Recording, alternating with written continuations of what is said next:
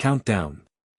Scarlet numerals bled across the SpaceX control room's main display. T-10 minutes, Elon Musk, his face a taut mask reflecting years of pressure, prowled the floor. Anxious tension filled the air, a tangible thing that amplified the console's thrum and the engineer's crisp directives. He chafed at his black turtleneck's collar, suddenly aware of its confining presence. A sheen of perspiration dotted his brow despite the room's chill. Impatiently, he brushed it away. 10 minutes, until another high-stakes gamble, another plunge into the cosmic abyss. The control room buzzed with orchestrated commotion, screens pulsed with data streams, telemetry, trajectory forecasts, live footage from the launch pad, illuminated by the glow. Engineers murmured into headsets, fingers flying across keyboards. Each utterance, each click, each ping formed a percussive element in the symphony of pre-launch preparation.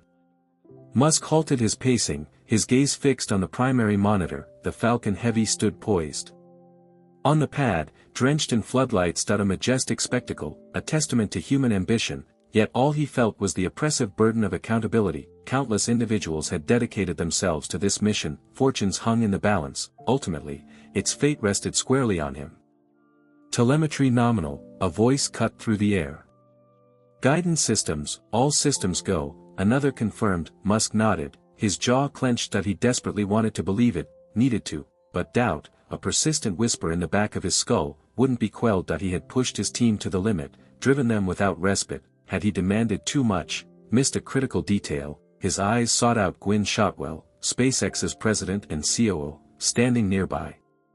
Her face projected calm competence, but he knew she felt the weight as keenly. They had navigated so much together, weathered countless crises, savored improbable triumphs. She was his anchor, his sounding board, the one person who could strip away the pretense and offer unfiltered truth. Their eyes connected briefly. A nearly invisible nod from her offered silent reassurance that they had exhausted every possibility. He returned the gesture, but the knot in his stomach remained stubbornly lodged. T-5 minutes, the atmosphere thickened, voices rose with urgency, keyboards clicked with increasing frenzy. Adrenaline surged through Musk, a primal cocktail of fear and exhilaration. This was the moment, the culmination of years of planning, engineering feats, and sheer, unyielding will. For a fleeting instant, he closed his eyes, seeking clarity. He pictured his team's faces, their commitment, their sacrifices. He envisioned the dream of humanity as a multiplanetary species, a future he was determined to forge. Then, unexpectedly, another face surfaced, a memory from a distant chapter of his life. A kind, lined face framed by gentle eyes and a warm smile. Mr. Johannes, the memory was a jolt, an unwelcome intrusion of the past. He hadn't thought of Mr. Johannes in decades, yet the image resonated with striking clarity. He recalled the man's quiet dignity, his relentless work ethic, the way he always seemed to make time for a kind gesture, even when visibly drained. He remembered the time he had accidentally splattered paint across the floor of the art room. Terrified, convinced he was facing severe punishment, Mr. Johannes had simply smiled, handed him a mop, and said, "Accidents happen, Elon. Let's clean it up." The memory sparked a pang of guilt, a sharp reminder of his youthful arrogance. So consumed by his own ambitions, so blinded by his perceived brilliance, he had often disregarded the unassuming individuals working silently in the background, facilitating his life, people like Mr. Johannes. He had been so quick to dismiss him, to categorize him as just a janitor, someone of inconsequential value. He had never bothered to learn his first name, never inquired about his life. He had merely taken his services for granted, operating under the assumption that he was somehow entitled to them. Now, standing on the cusp of another monumental achievement, he couldn't escape the feeling that he had somehow betrayed Mr. Johannes. He had failed to acknowledge his inherent worth, to appreciate his contribution. He had failed to see him as an individual, complete with his own aspirations, his own struggles, his own story. T-3 minutes, the countdown clock seemed to taunt him, each second a hammer blow against his conscience. He attempted to banish the memory, to refocus on the immediate task, but it was futile. Mr. Johannes's face remained imprinted on his mind, a silent rebuke, a reminder of past moral failings. He pondered all the possibilities now within his reach, fueled by his wealth, his influence. He could erect schools, finance research, alleviate poverty. He could reshape the world, one project, one initiative at a time. But of what value was it all if he remained incapable of recognizing the fundamental humanity of those who had supported him along the way? T-1 minute, the room was hushed save for the rhythmic pulse of the countdown, every eye was riveted to the main screen, every breath held. A wave of panic threatened to engulf Musk that he was losing his grip, allowing emotion to cloud his judgment. He drew a deep breath, attempting to regain his composure. He couldn't afford distractions. A mission awaited launch, a future demanded construction. He would confront his past later. Ignition sequence initiated, a voice announced, shattering the quiet. Musk's heart hammered in his chest. He watched as the engines ignited, bathing the launch pad in a blinding inferno. The ground vibrated beneath him. This was it. T-10 seconds, the countdown accelerated, each number echoing like a funeral toll. He closed his eyes once more, uttering a silent entreaty for success, for safety, for absolution. T-5 seconds. He opened his eyes and stared, transfixed, at the Falcon Heavy. He witnessed the eruption of flames, the billowing plume of smoke. He felt the raw force of the rockets, their immense power propelling them toward the heavens. T-3 seconds. He thought of Mr. Johannes, of his quiet strength. He made a silent promise to seek him out, to express his gratitude, to atone for his past indifference. T-1 second, the Falcon Heavy roared skyward, ascending with a deafening cacophony. The room erupted in cheers, applause, and triumphant cries. Musk watched, his face a complex blend of relief and weariness. Liftoff. He had succeeded, once again, but even as he watched the rocket vanish into the inky expanse, he understood that his journey was far from complete. He still had much ground to cover, not just to reach for the stars, but to become the man he aspired to be. A rapid montage of headlines and video clips flashed through his consciousness. Tesla stock soars following record deliveries. SpaceX unveils ambitious Mars colonization plans. Elon Musk faces controversy over Twitter acquisition. Critics deem Elon Musk's comments insensitive. Elon Musk donates millions to renewable energy initiatives. Elon Musk's net worth exceeds $300 billion. The images served as a stark reminder of his public image, the multifaceted and often contradictory persona he embodied. He was a visionary, a prodigy, a revolutionary, yet, he was also a fallible human being, prone to missteps, capable of causing pain, of losing sight of true priorities. He recognized that he couldn't rewrite the past, but he could learn from it. He could leverage his resources, his influence, his platform to effect positive change in the world. He could strive for greater compassion, empathy, and awareness of the needs of those around him, and he could begin by locating Mr. Johannes, Pretoria High. Pretoria High felt less like a school and more like a proving ground. The air, heavy with the scent of disinfectant and simmering adolescent anxieties, seemed to suffocate Elon as he moved through the packed corridors. Lunch, ostensibly a break for sustenance, felt more like a trial by fire. He hugged his battered copy of The Hitchhiker's Guide, using it as a bulwark against the tide. The raucous shouts and bursts of laughter hammered against his ears, sharpening his feelings of isolation. He craved the quiet sanctuary of his bedroom, the whirring of his Commodore VIC-20, the comfort found in lines of code. Here, amidst the rugby jocks and preening peacocks, he was an anomaly, an outsider struggling to understand the rituals of a foreign species. A looming shadow halted his progress. He glanced up, a knot forming in his stomach. Dirk, a mountain of muscle with sun-bleached hair and a mean glint in his eyes, blocked his path. His acolytes flanked him, their expressions mirroring Dirk's cruel amusement. "Look who it is," Dirk drawled, his accent thick with the Velt. "The boy genius." He snatched the book, his fingers like sausages. "Still reading fairy tales, Musk?" He flung it to one of his lackeys, who riffled through the pages, chortling. A flush crept up Elon's neck. He loathed this feeling, the exposure, the shame. He fought to remain composed, to summon the logic he so valued, but his hands trembled betrayingly. "Give it back, Dirk," he managed, his voice barely audible. Dirk invaded his personal space, his breath a toxic cocktail of stale smoke and sour milk. "Or what, Musk?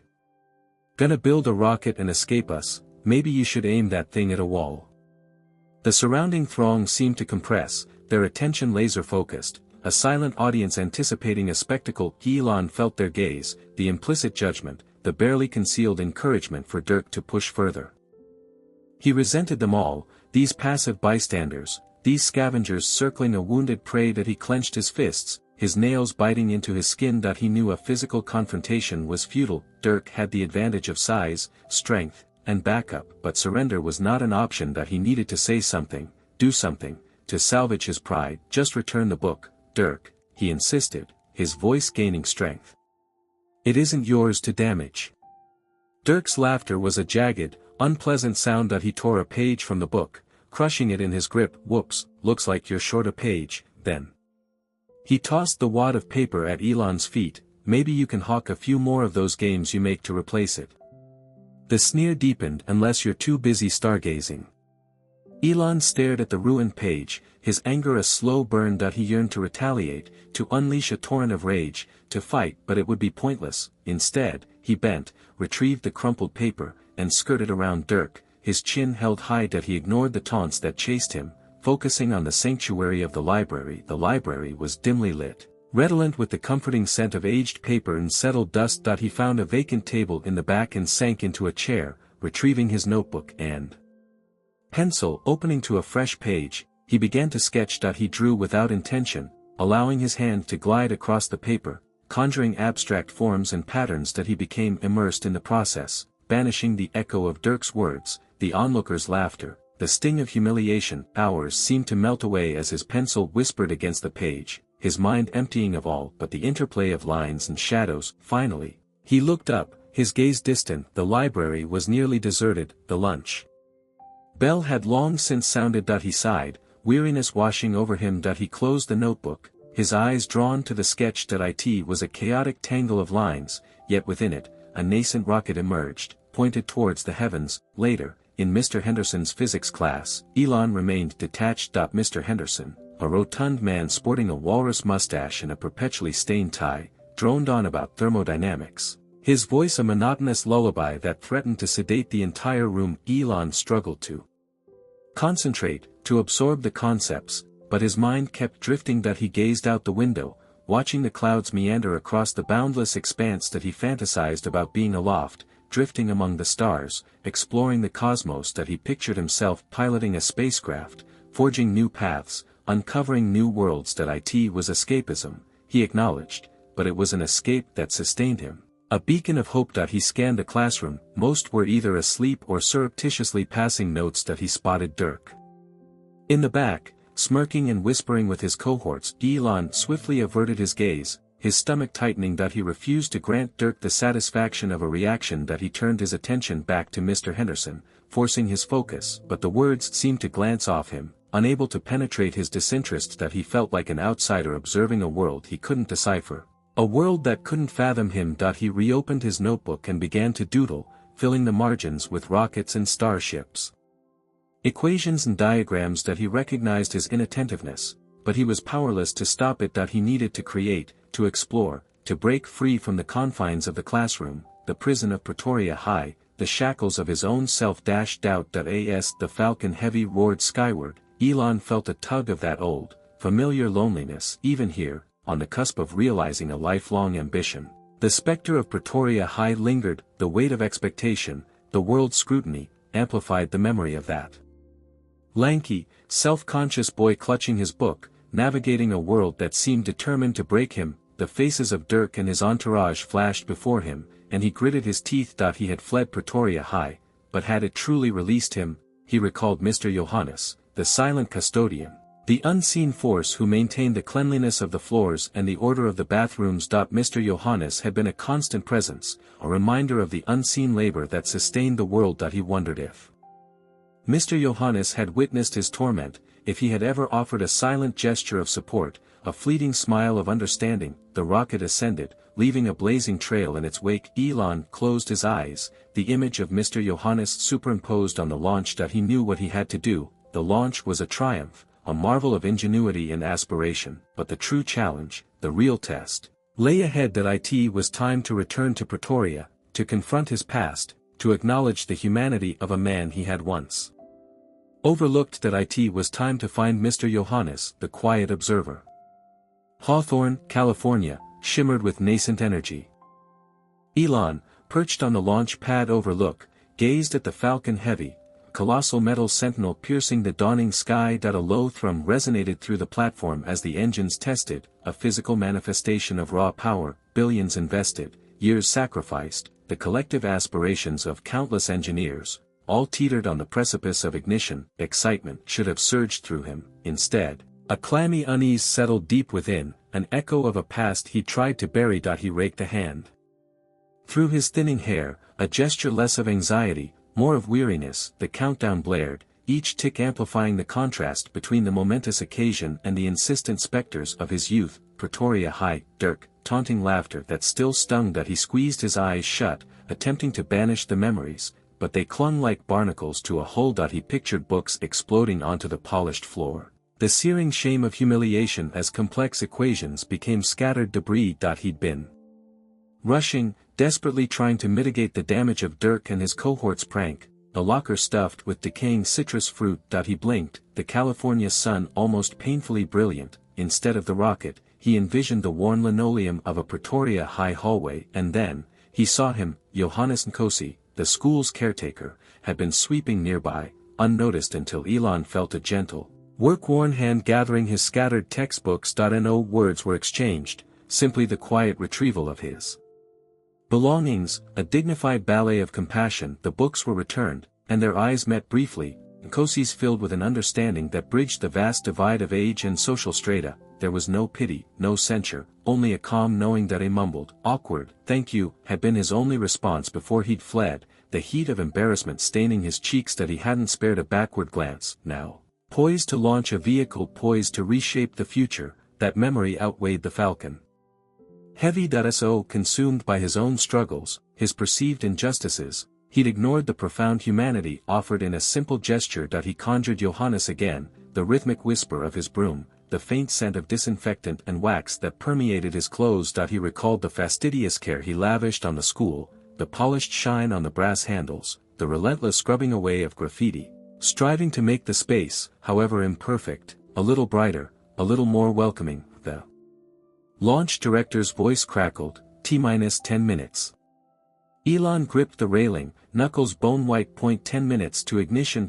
10 minutes to making history. But his mind remained tethered to the man who'd silently witnessed his mortification and offered solace. He hadn't even known his given name until later, overhearing a teacher's address, Johannes Nkosi. He recalled countless evenings spent hunched over a computer screen in an empty classroom, the monitor casting a pale light across his face. He was usually alone, immersed in lines of code, building a digital sanctuary where he wouldn't be an outsider. But solitude wasn't always absolute. Often, the subtle jingle of Mr. Nkosi's keys would drift in, the soft scuff of his shoes as he moved through the room, emptying waste bins, wiping desks, sweeping the floor, a silent sentinel ensuring the space was prepared for the next day's lessons. Elon never engaged in conversation during those late nights. He was too caught up in his own world, too fixated on his projects, too wary of revealing his vulnerabilities. A curt nod was the extent of his acknowledgement. Nkosi, in turn, never intruded. He continued his work, his very presence a quiet reassurance, a tacit understanding that Elon wasn't entirely alone. He pictured one particular night, the air thick with the scent of rain. He'd been battling a particularly intractable algorithm, his frustration peaking with each iteration.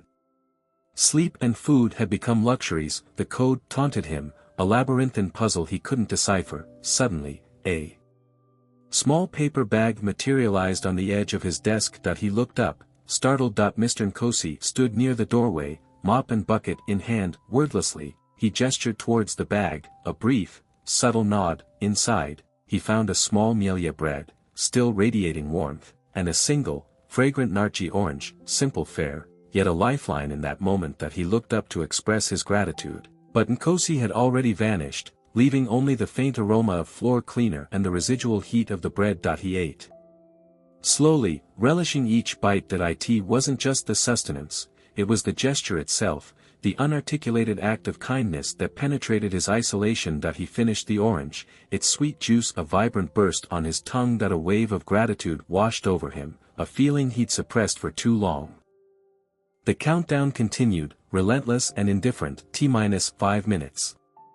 Elon closed his eyes, the image of Mr. Nkosi sharper, more defined. He saw the etched lines on his face, the quiet fortitude in his gaze, the gentle curve of his lips. He realized how little he actually knew about this man, his life, aspirations, hardships. He'd been so blinded by ambition, by his own pain. he'd failed to perceive the humanity in the person who offered such simple, profound compassion that he made a resolution, a silent promise. If the Falcon Heavy achieved orbit, if he navigated this day successfully, he would return to Pretoria. He would locate Mr. Johannes Nkosi. He would thank him, not just for the mielie bread or the small acts of grace, but for reminding him that even the smallest gesture could ripple outwards, creating waves of human connection. He opened his eyes, the Falcon Heavy towering before him, a testament to his ambition, his tenacity, his relentless pursuit of progress. But now, it also echoed his past, a reminder of the quiet observer who'd seen him not as a bullied, awkward teenager, but as a person deserving of kindness. And that memory, that simple act of compassion, granted him the strength to confront the future, and finally, to reconcile with the specters of his past. 50 years. A constellation of glowing readouts shimmered across Elon's features, his face an ever-shifting canvas of digital light. Around him, a meticulously crafted performance played out. Aides, brows furrowed in concentration, navigated the ordered frenzy of his command center. One murmured into a headset, another fine-tuned a holographic display of the Falcon Heavy's ascent. The air, redolent with ozone and the rich aroma of gourmet coffee, thrummed with contained energy. He remained oblivious, lost in the intricate pathways of his thoughts. The launch clock wasn't merely on the monitors, it echoed within him. He pivoted in his chair, the fine leather sighing beneath his weight, and gazed at the sprawling Cape Canaveral landscape. The launch tower, bleached by the intense Florida sun, looked impossibly remote, a delicate monument to years of unwavering dedication. A subtle clearing of a throat pulled him back. A young woman, her badge identifying her as Anya, hovered near his desk, a pristine envelope held gingerly in her hand. "Mr. Musk,"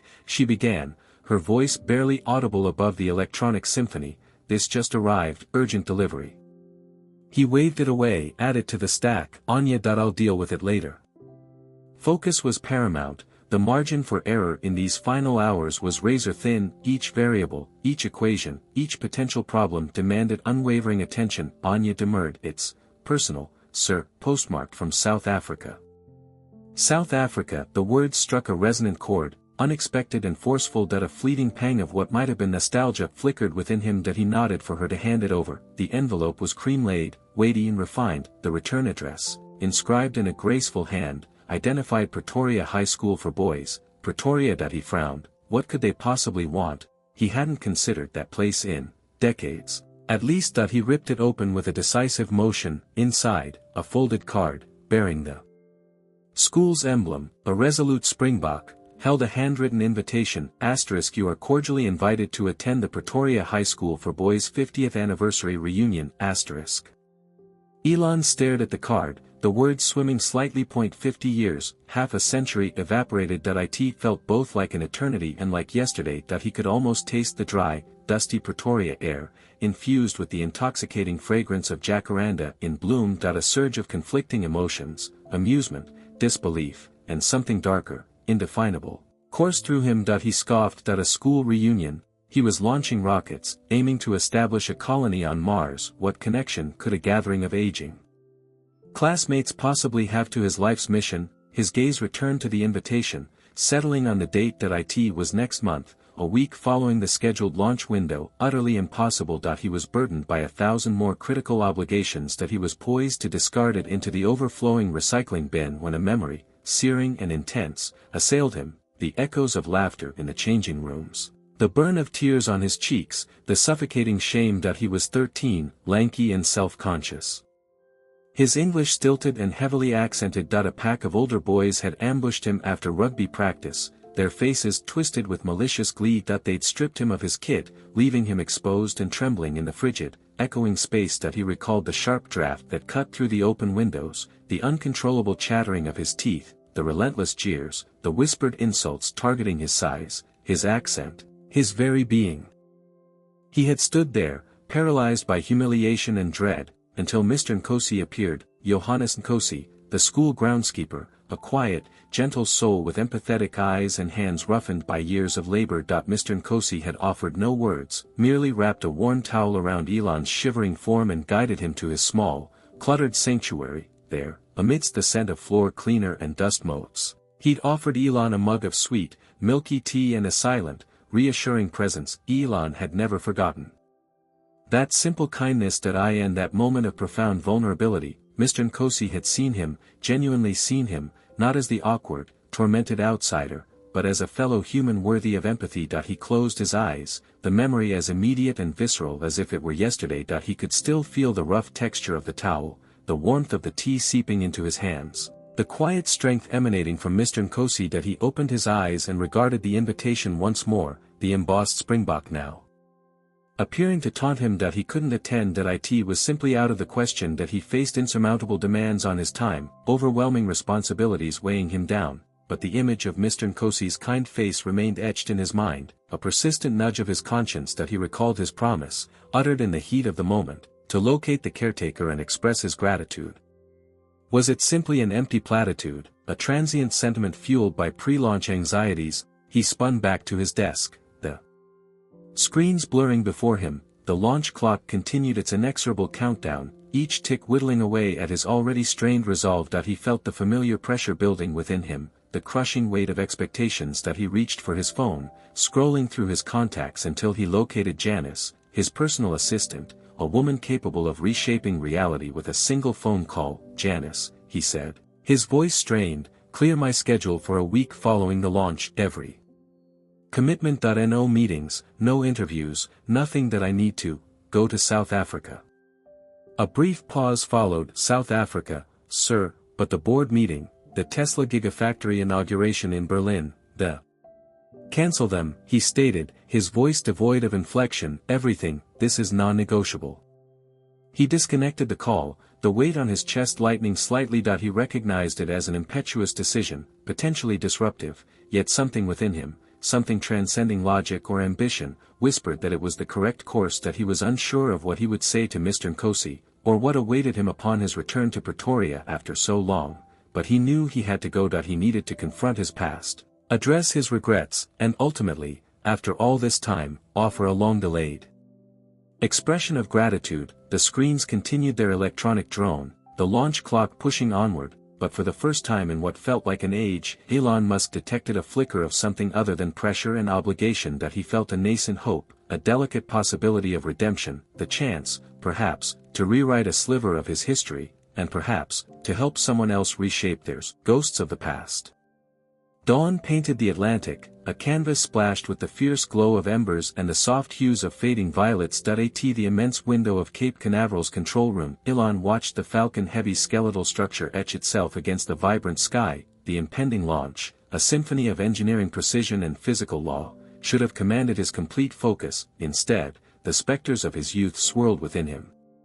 The launch pad dissolved into the memory of Pretoria High's gritty rugby field. The countdown faded, replaced by echoes of schoolboy jeers, names long forgotten yet still sharp. The rocket's thrum transmuted into the remembered sting of casual malice. His gut clenched. Those days were supposed to be buried, paved over with ambition and success. Now, the reunion invitation felt like an unwelcome intrusion, probing old wounds. He pivoted from the window. The sunrise's optimism now a jarring intrusion. The control room's occupants sharpened into view, engineers bowed over consoles, brows knitted in concentration, fingers dancing across keys. They depended on him, entrusted him with their work. He couldn't afford this distraction. He traversed the room, the measured cadence of his dress shoes a counterpoint to the cacophony within. The faces of his team, blurred in his peripheral vision, displayed an intensity that only emphasized his inner turmoil. "Status report," he clipped, craving the anchor of concrete data. A young engineer,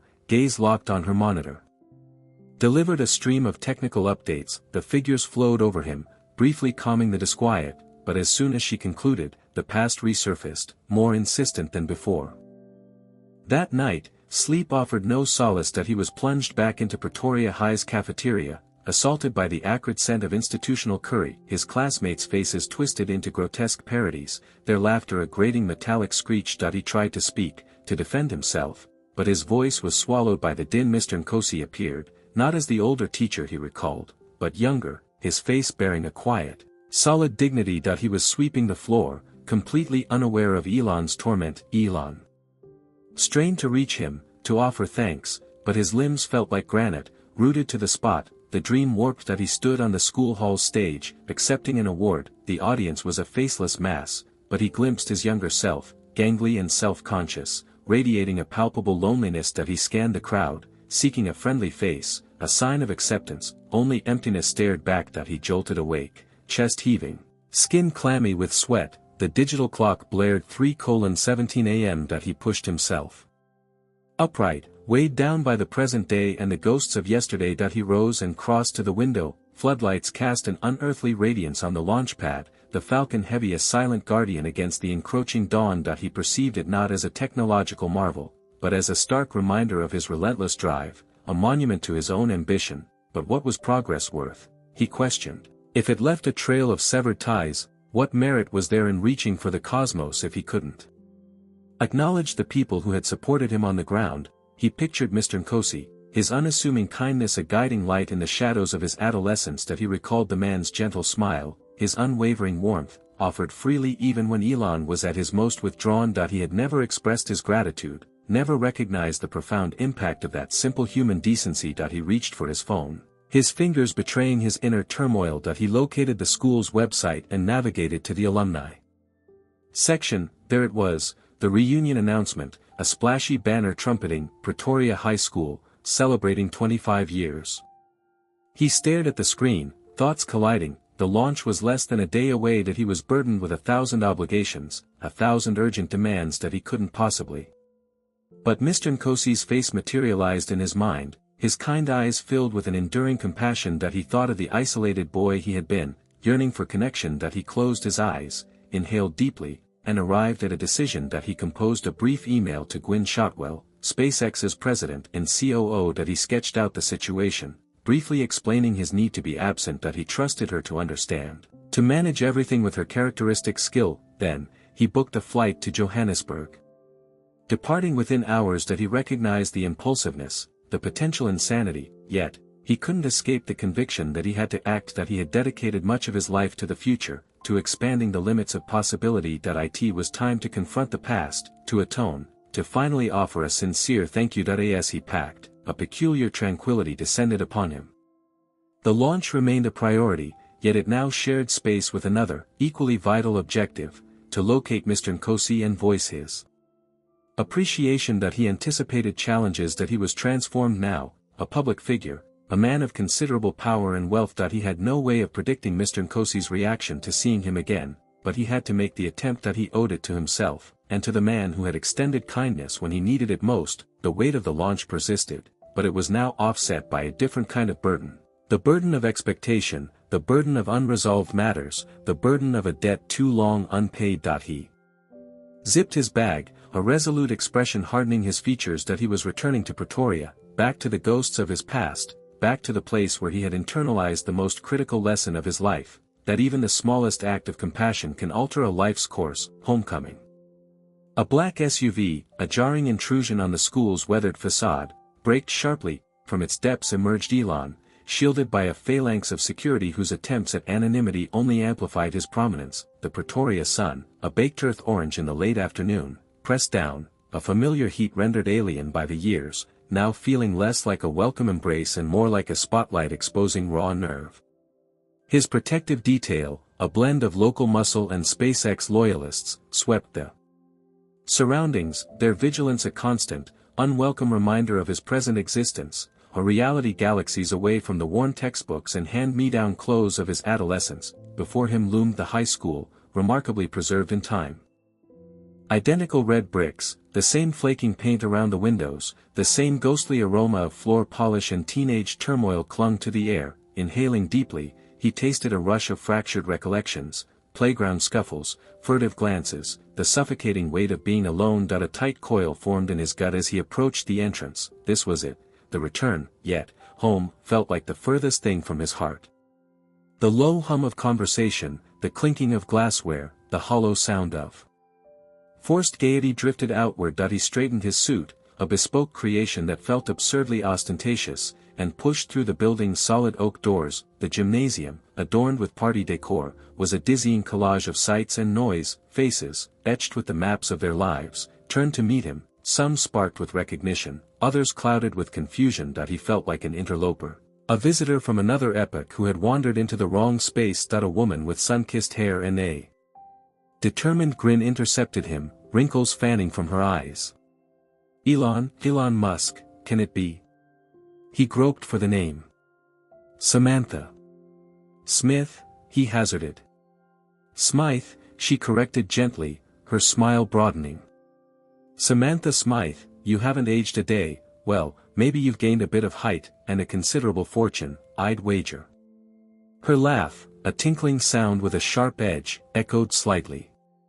It's nice to see you, he offered, the words ringing false even to himself.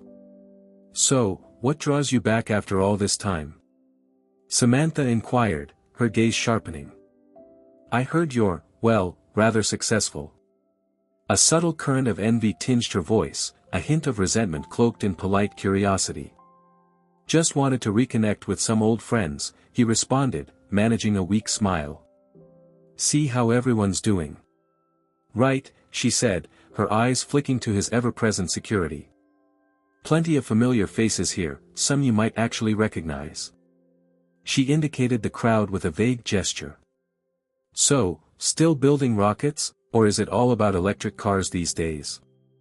He launched into his practice speech about SpaceX and Tesla, the well-rehearsed explanation flowing from his lips, but he noticed Samantha's eyes begin to lose focus, her attention fading. She wasn't truly interested in his achievements, she craved the narrative behind them, the metamorphosis from awkward boy to global figure. A tale he wasn't sure he was prepared to share. More former classmates converged. Drawn into his orbit, Peter, the former rugby star, now carried a receding hairline and an expanding waistline. Charlene, the head cheerleader, bore the marks of motherhood and countless hours in tanning beds. The exchanges were awkward, peppered with strained silences and perfunctory pleasantries.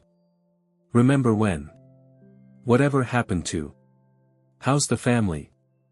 The questions felt like ticking boxes, devoid of genuine warmth. He felt like a specimen on display, a relic from a forgotten age. They were curious, even awestruck, but they didn't truly see him. That they saw the Elon Musk of the news, the pioneering entrepreneur, the billionaire. They overlooked the solitary boy who had spent his lunch hours buried in the sanctuary of the library.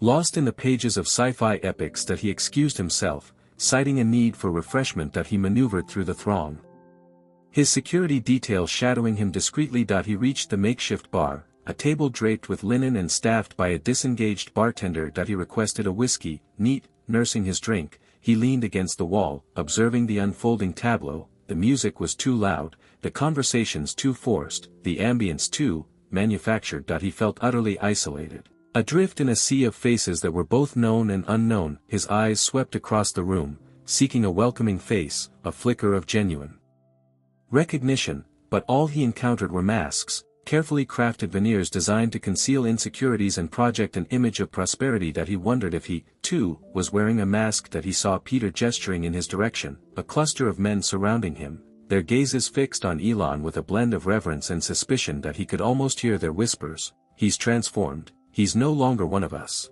He probably doesn't even remember our names.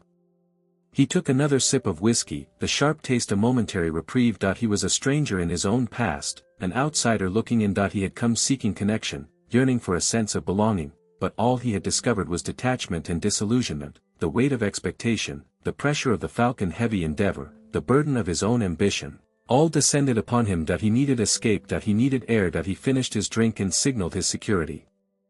I'm ready to leave, he murmured, his voice barely audible. Turning to go, he caught his reflection in a mirrored wall. He saw a vision of a man caught between worlds, a man haunted by his history and propelled by an uncertain future. A man who had attained remarkable success but had somehow become lost in the process. He exited the gymnasium, leaving behind the din and the pretense. The cool night air offered a welcome solace. As he slid back into the black SUV, a stark realization washed over him. The genuine homecoming was still ahead, the true journey had only just begun, the enduring presence. The stale scent of floor wax and adolescent yearning clung to Elon's expensive suit, a musty shroud of years spent confined within the school's brick embrace. He surveyed the dwindling crowd, a familiar anxiety twisting his gut. The reunion, a hollow echo chamber amplifying the dissonance between the awkward boy he'd been and the titan he'd become. The reconnection he'd sought remained elusive, yet an insistent whisper hinted at unexplored possibilities. He drifted away from the raucous huddles of Former classmates, their laughter brittle and remote that he moved down the emptying corridor, polished tiles reflecting the stark glare of overhead lights, memories surfaced, scraped knees, frantic dashes to the cafeteria, the relentless pressure for academic triumph, all dramas enacted upon this very stage. Then he saw him, down the hall, bathed in the honeyed light of the late afternoon sun slanting through tall windows, stood a figure etched in the deepest chambers of his memory. A man, aged, his shoulders bowed slightly, yet radiating an inherent, quiet grace that he was sweeping. Johannes Nkosi. Elon froze, his breath snagging in his throat. Implausible, after all this time, still here, Mr. Nkosi, his face a roadmap of time and labor, pushed a wide broom in a measured rhythm across the floor. Each stroke seemed weighted with the accumulated moments, the countless overlooked incidents within these well-worn walls. The whisper of the bristles against the polished surface resonated in the sudden hush that descended upon Elon's senses. A tidal wave of feeling, almost knocking him off balance, surged through Elon. It wasn't a singular emotion, but a vibrant mosaic woven with threads of guilt, nostalgia, acknowledgement, and a surprising sense of liberation. He hadn't understood the burden he'd been carrying, the invisible weight of the past pressing down on him, consumed by the relentless pursuit of innovation. By breaching technological frontiers, he'd ignored the subtle acts of human kindness that had shaped him, that, perhaps imperceptibly, had propelled his own ascent. That he recalled countless instances when Mr. Nkosi had offered a silent, knowing nod when he'd arrived late, disheveled, struggling to keep pace. The times a misplaced textbook had reappeared in his locker, a forgotten lunchbox deposited safely on his desk, subtle gestures, nearly invisible, yet beacons of quiet empathy that had meant everything to a boy feeling isolated and lost. That he hadn't even bothered to learn the man's surname. Now, encountering him still here, still performing the same unheralded service, a wave of shame washed over Elon. That he had engineered rockets that pierced the cosmos, crafted electric vehicles that glided silently down city streets, yet, he'd failed to recognize the understated heroism of a man who had simply cared. Elon took a tentative step, then another. His heart hammered a frantic tattoo against his ribs, urging him forward. He was acutely self-conscious of his handcrafted Italian shoes, his bespoke suit, suddenly feeling like a costume, jarringly out of place in this unexpected encounter. He observed Mr. Nkosi pause, straightening with a weary groan. He wiped his forehead with a tattered handkerchief, his gaze sweeping the hallway with a world weariness that resonated deep within Elon. He looked every one of his 80 years. 80 years. And still wielding a broom. Elon's throat constricted. He longed to speak, to call out a greeting, but the words lodged, trapped between intention and utterance. He felt like an intruder, an unwelcome ghost in a realm he had long abandoned. He halted a few feet away, close enough to discern the delicate tracery of lines around Mr. Nkosi's eyes, the slight tremor in his hands. The air thrummed with unspoken dialogue, burdened by the decades separating them, and yet, infused with the persistent hum of a shared history. He cleared his throat, the sound echoing awkwardly in the hushed hallway. "Mr. Nkosi," he finally managed, his voice a gravelly rasp. The older man turned, his gaze slowly focusing on Elon. Initially, there was no recognition, only the courteous, slightly detached stare of someone accustomed to being overlooked. But then, a spark ignited in his eyes, a flicker of understanding expanding into a gentle, hesitant smile. "Yes." Mr. Nkosi responded, his voice a low, soothing murmur that echoed in Elon's memory. "How can I help you, sir?" Elon felt a lump forming in his throat. "Sir." He was addressing him as sir. He, once a struggling, gawky adolescent, now receiving deference from the man who had offered quiet kindness when he desperately needed it. He swallowed, forcing himself to meet Mr. Nkosi's gaze. It's Elon Musk." The smile broadened, etching deeper lines around Mr. Nkosi's eyes. "Elon," he repeated softly, the name a familiar, cherished melody. "Elon, from all those years ago. My goodness, how you've changed." He leaned the broom against the wall, his movements deliberate and unhurried. He studied Elon with a tender, unwavering gaze, taking in the expensive attire, the confident bearing, the subtle aura of fatigue that clung to him like a second skin. I doubted you'd remember me," Elon stammered, feeling strangely diminished under the weight of Mr. Nkosi's quiet scrutiny. "Forget you?" Mr. Nkosi chuckled softly. "How could I?" you were always such a bright young man, perpetually lost in the clouds, dreaming of distant stars. Elon felt a sudden warmth blossom in his chest, a sensation dormant for many years that he had been so consumed by the future, by the next innovation, the next monumental achievement, that he had forgotten the simple joy of being seen, of being remembered for the person he was, not for the accomplishments he had amassed. That he gazed at Mr. Nkosi, his features a testament to the passage of time and the hardships endured, his eyes still gleaming with a spark of benevolence, and an overwhelming impulse seized him. A profound desire to atone, to articulate his gratitude, to somehow compensate for his previous indifference. That he glanced at the worn broom resting against the wall, at the calloused hands that had maintained these floors for decades, and he comprehended, with a certainty that resonated through his very core, that he had a long and arduous path ahead before he could truly call himself successful. His journey towards redemption had only just commenced. Elon inhaled deeply, bracing himself for what he was about to say. The memory of launching the Falcon Heavy, the relentless pressures of his vast enterprises, the burden of global expectations, all receded into insignificance, replaced by the immediate urgency of this poignant moment. Mr. Nkosi, he began, his voice gaining resonance, I wanted to express my gratitude, for everything, for showing me kindness during a time when I wasn't always the easiest person to be kind to.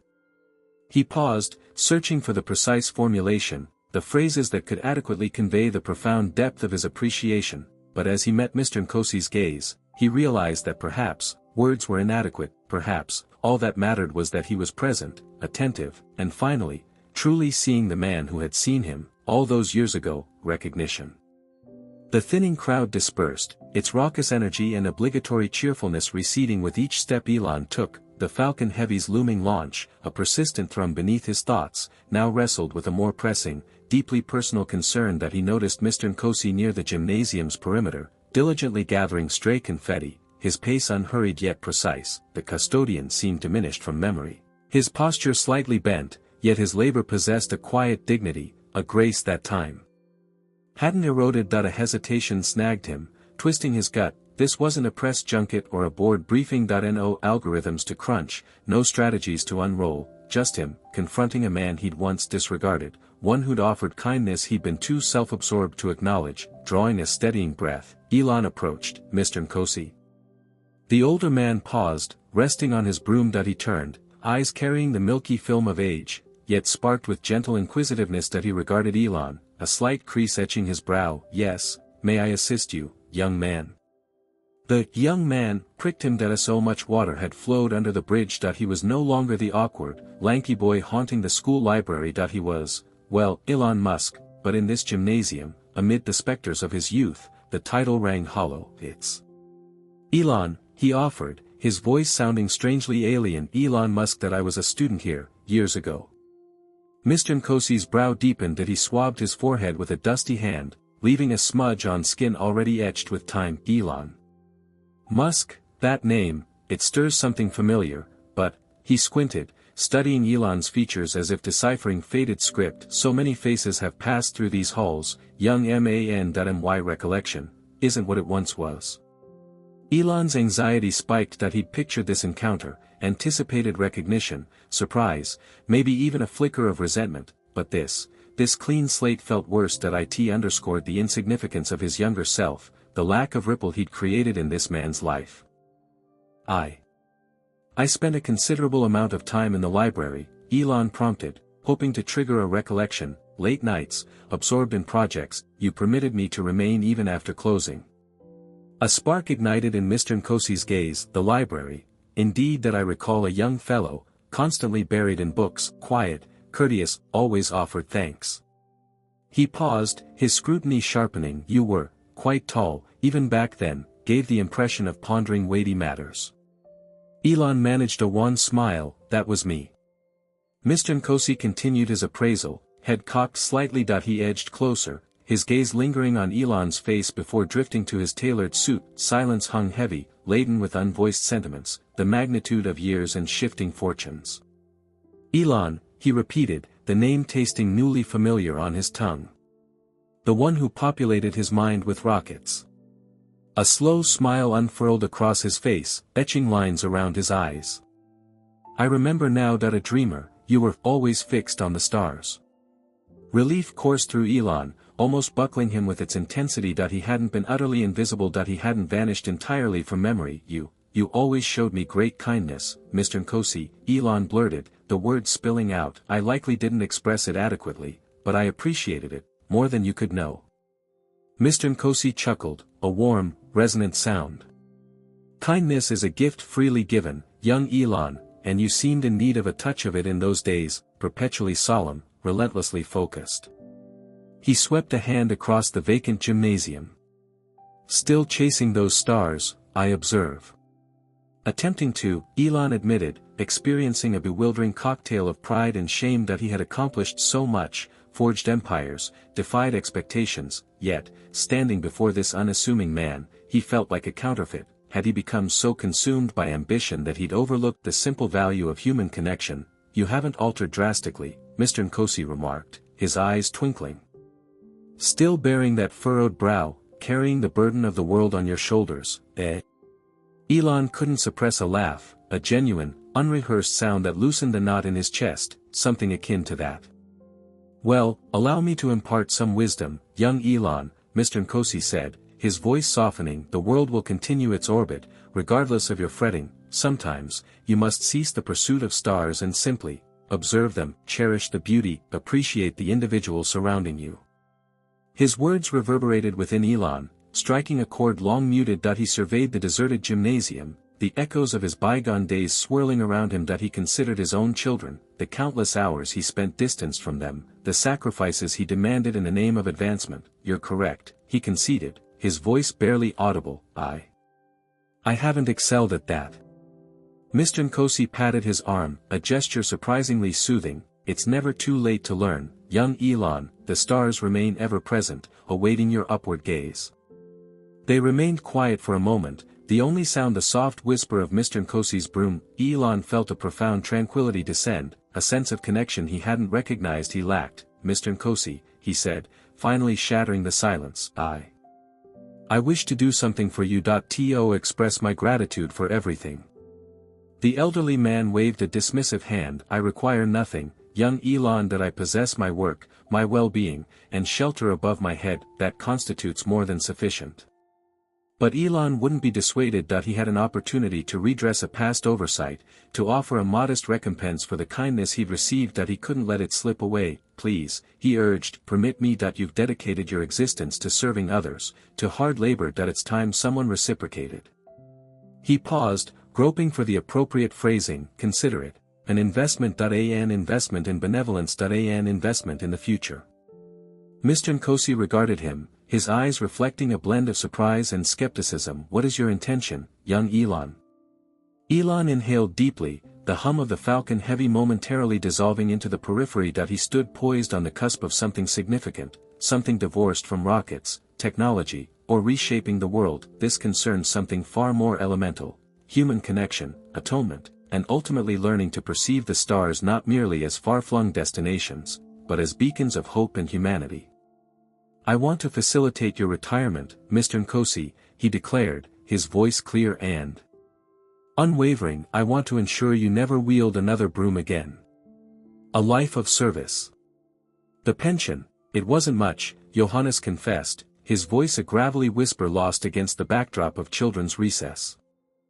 Methodically, he coaxed a heap of fallen jacaranda blooms into a dustpan, their mauve cascade reminiscent of miniature nebulae. The broom's soft rasp was the only other sound in the otherwise deserted hallway. Elon watched, stomach clenched. The man was clearly guarded, measuring his words, reluctant to impose, yet Elon needed clarity, needed to confront the reality of a life he'd dismissed with youthful arrogance. I encountered complications, Johannes elaborated, straightening with a muted groan. He steadied himself on the broom handle, somber eyes meeting Elon's with quiet resilience. My daughter suffered an illness, protracted and draining. The accruing medical expenses, they devoured everything, every last resource. He swept his gaze around the school, a gesture encompassing scuffed linoleum, peeling paint, an atmosphere saturated with disinfectant and echoes of childhood. This place, it's been my surrogate family. It has sustained me, and continues to do so. Elon shifted, feeling the uncomfortable weight of his own advantages. next week, the Falcon Heavy was slated to launch, the culmination of years of dedicated toil, vast capital, and the aspirations of scores of engineers. His mind had been consumed by thrust vectors, payload mass, the delicate ballet of orbital mechanics, while Johannes grappled with, what? A leaky roof, the cost of his prescriptions, so, what the school provides, is it sufficient? Elon asked, the inquiry feeling clumsy, inadequate even to his own ears. Johannes offered a faint smile, etching fine lines around his eyes, enough to keep the lights burning. Mr. Musk, enough to stave off hunger, enough to keep me occupied. An idle mind, as they say, he trailed off, leaving the unspoken caveat hanging, invites trouble. But you shouldn't have to labor like this, Elon pressed, the words sharper than intended. You're no longer a young man, you deserve tranquility, the chance to savor your remaining years. Johannes chuckled, a dry, brittle sound. Tranquility, what would become of me, Mr. Musk? Simply observe the passage of time. No, this provides purpose. These youngsters, they are my purpose. He gazed towards the playground, his face bathed in a gentle light. I observe their growth, their burgeoning knowledge that I contribute, however modestly, to their evolution into better individuals. Elon's gaze followed Johannes's to the children, their joyful visages radiant with energy that he saw latent potential. The limitless horizon stretched before them, and he saw Johannes, a silent sentinel, ensuring a secure, pristine environment conducive to learning. The revelation struck him like a physical blow. Johannes wasn't merely a custodian, that he was an indispensable element of the school's ecosystem. A subtle, unseen influence for good. A swift montage played in Elon's thoughts, Johannes's routine that he pictured him arriving before dawn, first to unlock the imposing metal gates, his silhouette a somber form against the pale dawn sky. That he pictured him meticulously sanitizing classrooms, erasing traces of the prior day, preparing the setting for a fresh start, patiently wiping up spilled juice in the cafeteria, offering solace to a tearful child, tending the petite garden near the library, carefully trimming the roses, his touch gentle and knowing, repairing broken furniture, replacing dead lamps, perpetually working, perpetually serving. Elon imagined Johannes returning to his modest home each evening, his body weary, his hands coarse, his spirit, what? Unbowed, undeterred, infused with a quiet satisfaction. He reflected on his own existence, a maelstrom of meetings, deadlines, relentless pressures. That he was fueled by aspiration, the will to transcend limitations, but to what end? What value in conquering Mars if he couldn't even recognize the unpretentious grace of the man before him? The gravity of responsibility settled upon Elon, offering a mere monetary sum and departing, absolving his conscience with a charitable gesture, felt inadequate, insulting, even that he needed to accomplish something meaningful, genuinely acknowledging Johannes's lifelong dedication. That he straightened, inhaling deeply. The launch could be postponed, the share price could fluctuate, tweets could remain unsent. This was paramount, Mr. Johannes, he stated, his voice steady despite the slight tremor in his hands. I desire to assist you, not with a simple donation, but with something truly transformative, something that would allow you to finally find repose, if that is your desire. Or to continue your work here, if it brings fulfillment, but without the constant financial strain. He paused, searching for precision. I propose establishing a trust. A trust providing for you, throughout your life, covering healthcare, living costs, your every need, and extending to your daughter, should she require assistance. Johannes studied him, expression inscrutable. For a moment, Elon feared having overstepped, offended the man with his presumptuous offer. Then, slowly, a smile bloomed across Johannes's features, genuine and heartfelt, radiating from his eyes. Mr. Musk, he replied softly, that is exceedingly generous, beyond what I could have conceived. He glanced at the broom, fingers tracing its worn surface, but I am unsure if I can accept. Elon's heart plunged. That he had anticipated gratitude, relief, not resistance. Why not? He asked, barely audible. Johannes sighed, a profound, weary sound. Because I have always been self-sufficient. A diligent worker. Independent. To embrace such largesse, it would resemble admitting defeat. He met Elon's gaze, revealing quiet pride. I appreciate your magnanimity, Mr. Musk, truly, yet I require deliberation. That I must consider the ramifications, not just for myself, but for my sense of worth. Elon nodded, comprehension arriving that he'd been so preoccupied with easing Johannes's monetary concerns he'd overlooked something far more fundamental, his dignity. Of course, he conceded, take your time, no urgency, just know the offer stands at your discretion. He paused, adding, and perhaps further discussion could occur later, over tea, perhaps. I'm eager to learn more about your life, your purpose. Johannes smiled anew, a warm, sincere expression that lit his eyes. I would welcome that greatly, Mr. Musk, welcome it indeed. As Elon departed, leaving Johannes to his sweeping, he felt a strange confluence of emotions, relief, gratitude, and an underlying disquiet that he had extended a lifeline, but inadvertently challenged deeply held tenets that he sensed this journey was just beginning. The launch could wait. He had a new mission, more meaningful than anything else, the announcement. The microphone, a frigid ingot, chilled Elon's sweating palm that he tweaked the stand. A squeal of feedback briefly hushed the spirited hum of the reunion. The Falcon-heavy launch, a looming leviathan of a deadline, buzzed anxieties in his skull. Yet, standing here under the blaze of the South African sun felt 1,000 times more intimidating. That he observed the crowd, former classmates, aged by time, some barely recognizable, their expressions a kaleidoscope of curiosity, skepticism, and outright disbelief. A uniform of blazers and sculpted hairstyles faced him, a sharp contrast to Mr. Johannes, a figure of unassuming dignity near the perimeter, his time-worn face a study in apprehension and polite attention. Elon cleared his throat. Good afternoon. It's surreal to be back.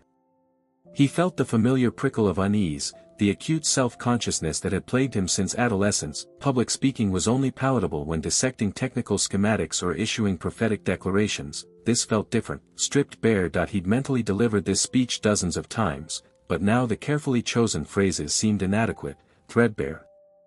How could he possibly articulate the magnitude of his delayed awareness, the extent of his remorse, the enduring influence of this unassuming, selfless man? Most of you, he started, his voice firming, know me as a builder, rockets, cars, tunnels, endeavors aimed at expanding the horizons of possibility.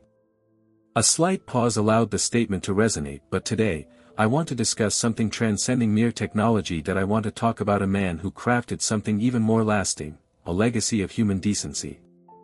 A murmur threaded through the assembly. A jest, perhaps, a peculiar act of self-inflation. Elon disregarded the puzzled looks, his focus locked on Mr. Johannes. Those of you who frequented Bryanston High in the late 80s and early 90s will recall him. He was a constant presence, early mornings, late evenings, quietly ensuring the school remained clean, organized, a welcoming sanctuary for our education. Elon's gaze meandered over the manicured grounds, the comforting red brick architecture. He recalled the scent of wax, the whisper of Mr. Johannes's mop echoing through vacant corridors. Mr. Johannes Nkosi, Elon declared, his voice now resonant with conviction, necks craned, seeking out the elderly custodian. A wave of recognition rippled outward. Some smiled, recalling a gentle countenance, a subtle nod. Others appeared baffled, struggling to place the name. Elon continued, his tone laden with sentiment. He wasn't a pedagogue in the traditional sense. He didn't enlighten us on Shakespeare or Newton, but he imparted something far more profound, the merit of diligence, humility, and unwavering compassion. He paused, swallowing thickly. I wasn't always the best student, nor an exemplary individual, to be candid. He registered a flash of surprise in Mr. Johannes's expression. I was often absorbed in my own world, consumed by personal ambition. I was oblivious that I didn't consistently acknowledge the sacrifices rendered on my behalf, the unassuming acts of service that allowed me to pursue my own aspirations. He faced Mr. Johannes directly, his eyes awash with contrition. Mr. Nkosi, you were ever present, always a kind expression, a heartfelt smile. You treated everyone with respect, irrespective of background or standing, and I didn't always acknowledge you. I didn't consistently offer my gratitude. A profound silence descended on the crowd. The atmosphere thrummed with unvoiced feelings. The meticulously constructed veneer of polished accomplishment and effortless triumph that Elon typically projected had fractured, revealing a vulnerable core. He inhaled deeply. I've returned here, to Bryanston, to remedy that. To convey my appreciation. To recognize the significant impression you left on my existence, even when I lacked the insight to perceive it. He motioned toward the school. This institution, this community, owes its character to you, Mr. Nkosi. your dedication, your tireless effort, your unyielding spirit, it serves as an inspiration for us all." Elon paused, reaching into his coat that he produced a folded document, the stiff paper rustling in the stillness that he unfolded it deliberately, displaying it for all to see. "Therefore," he announced, his voice commanding, "I am announcing the establishment of the Johannes Nkosi Endowment Fund. This fund, fully underwritten by me, will offer scholarships for deserving students at Bryanston High, ensuring future generations can realize their ambitions, regardless of their economic status." He lowered the document, his gaze fastened on Mr. Johannes. "This represents a mere symbol of my esteem for your lifelong dedication, your steadfast commitment, and your boundless kindness. It's my means of expressing gratitude, Mr. Nkosi. Thank you for everything." For a heartbeat, silence reigned. The throng seemed to suspend animation, caught in disbelief. Then, hesitant applause began to propagate through the assembly, starting as polite, measured clapping. It swiftly evolved into a resounding ovation. People rose to their feet, their faces flushed with emotion. They cheered and clapped, their voices echoing across the manicured lawns. Mr. Johannes stood motionless, his eyes wide with astonishment, tears gathering at their corners. He lifted a hand to his mouth, his body trembling subtly. He regarded Elon, his eyes swirling with a mixture of gratitude and wonder. The applause surged, deafening and persistent. Elon watched as Mr. Johannes gradually smiled, a genuine, heartfelt smile that exuded warmth and delight. A smile that transcended verbal expression, a smile that testified to a life well spent, a legacy of goodness finally acknowledged and celebrated. As the applause reached its zenith, Elon descended from the platform, approaching Mr. Johannes. He extended his hand, and Mr. Johannes accepted it, his grasp surprisingly firm. "Thank you, Elon," Mr. Johannes uttered, his voice thick with emotion. "Thank you, from the depths of my heart."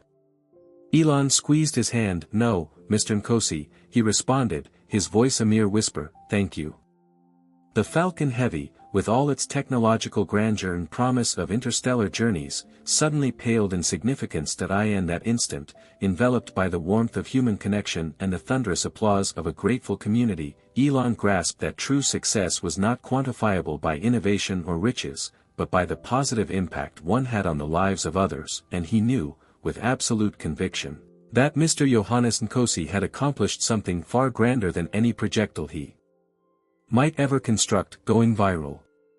The internet ignited, instead of a controlled burn, akin to a Falcon Heavy's ascent. It was a volatile explosion of opinions, memes, and heartfelt narratives. Deep inside SpaceX headquarters, engrossed in launch preparations, Elon saw the digital conflagration engulf his name. #Elon Redemption dominated global trends. Admiration poured forth, casting him as a tech and humanitarian visionary. Conversely, cynicism painted him as a PR strategist, burnishing a tarnished facade. Comment sections became ideological battlefields between hope and doubt. "Finally, a billionaire exhibiting genuine decency," declared one post. "High time he valued the people who actually keep the wheels turning," resonated another. Detractors chimed in with equal fervor. "Tax dodge, plain and simple," one comment jabbed. "He probably doesn't even recall the man's name, just virtue signaling for clout." Elon massaged his temples, the monitor's luminescence reflecting in exhausted eyes. The sheer magnitude of the scrutiny caught him off guard. He hadn't sought accolades, yet their arrival triggered a peculiar blend of approval and unease. Already facing launch-related stress, this added another layer of complexity. His gaze drifted to the launch schedule on the wall, its countdown an unforgiving metronome. Across the Atlantic, Priya Sharma, crammed within a small London office, perused the trending topics, a concerned frown etching itself onto her brow. The Elon Musk story was inescapable, splashed across every outlet from the BBC to obscure blogs. "Musk grants scholarship to school janitor," one headline blared. "Redemption arc or public relations ploy," the internet argues, another speculated. Priya sifted through articles, grazed comments, and absorbed snippets from the South African press conference. The image of Mr. Nkosi, an elderly janitor whose face held both surprise and quiet dignity, lingered in her mind. She sensed a compelling undercurrent, something beyond the obvious tale of billionaire atonement. Her editor, a brusque individual named Davies, materialized beside her cubicle. "Sharma, you following the Musk situation?" Priya nodded, ideas already coalescing. Absolutely, Davies. It's more profound and a heartwarming anecdote that IT touches on the value we assign to different labor, the societal impact of such acts, the man himself, Mr. Nkosi. Davies leaned against the partition, chewing his pen cap. Everyone's on it, Priya, what sets your perspective apart? Priya inhaled deeply. I want to go to South Africa. I want to sit down with Mr. Nkosi, engage with the school community, and grasp the context, determine if this scholarship will truly make a difference. I aim to look past the sound bites, cut through the social media frenzy, and unearth the truth. Davies hesitated, weighing the costs of deploying a reporter overseas.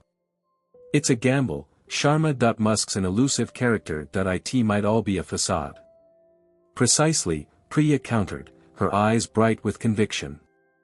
And if it is, shouldn't we expose the charade? But what if it's authentic? What if it signals a genuine shift, a pivotal moment? Either way, it's a story deserving of attention, Davies.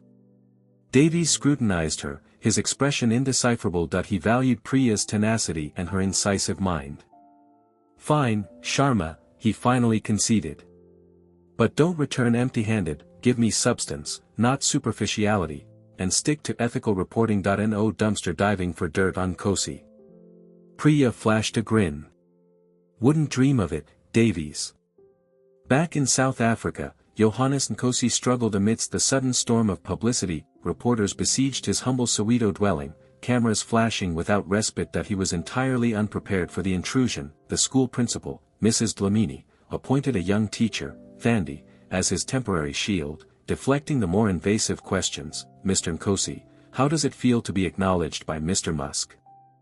A reporter called out as he emerged. Thandi interjected smoothly, Mr. Nkosi is profoundly grateful for Mr. Musk's generosity. His primary concern is ensuring the scholarship benefits deserving students. Inside, Johannes remained bewildered. He'd simply performed his duties, consistently, for decades, sweeping floors, scrubbing classrooms, and offering encouraging words to troubled students. He never expected recognition, certainly not this avalanche of attention. He remembered Elon as a reserved, bookish boy, appearing lost. Johannes had offered a smile, a brief nod.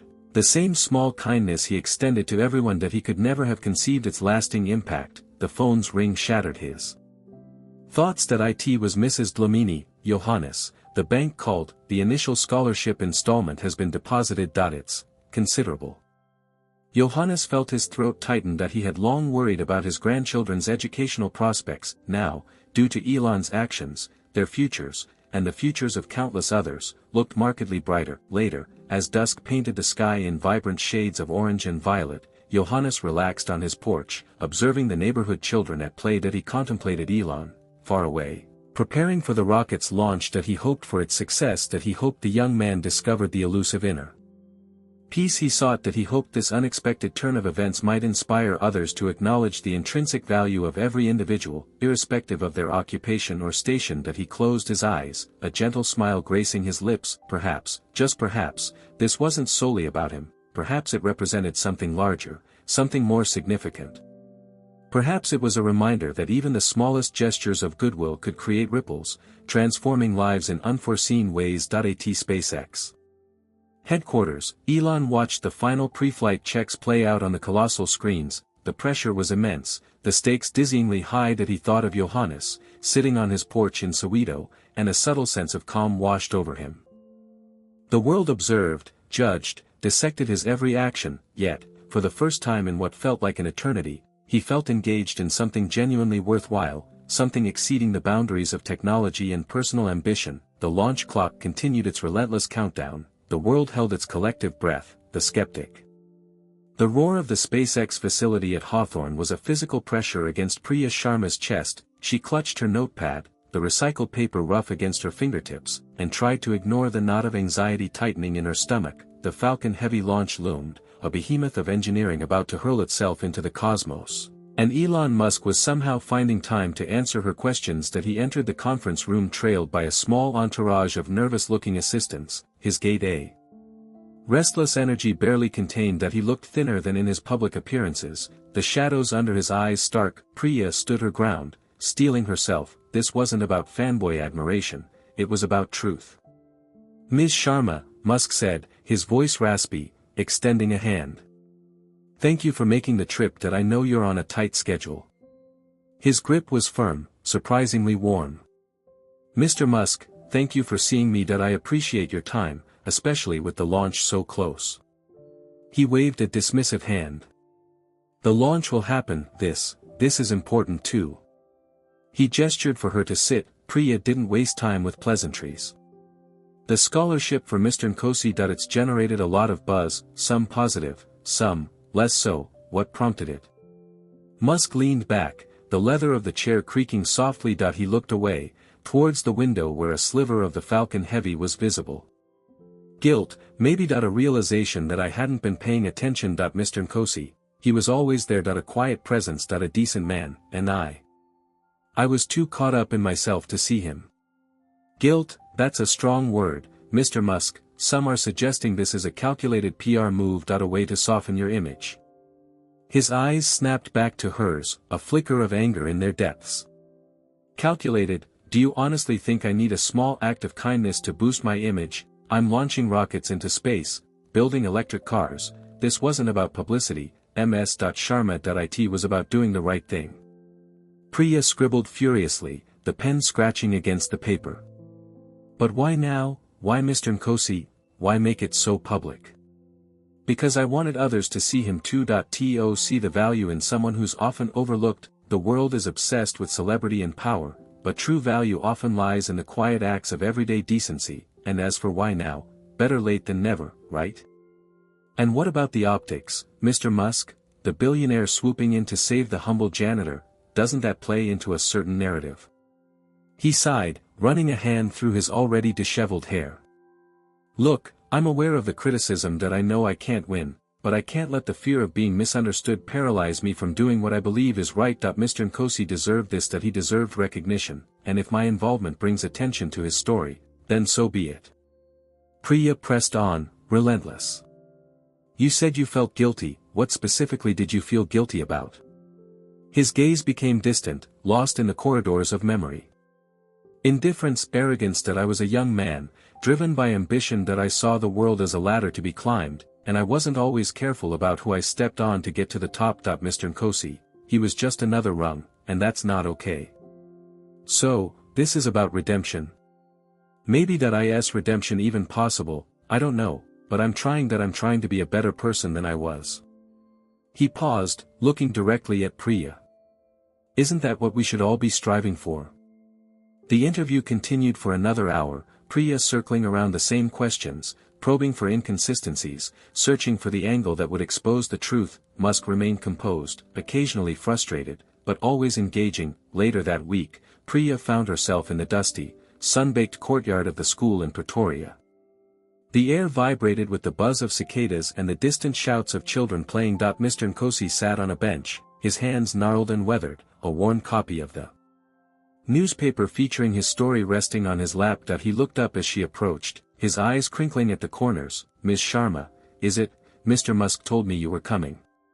He spoke softly, his voice carrying a gentle cadence. Mr. Nkosi, thank you for agreeing to see me. I know this must be overwhelming.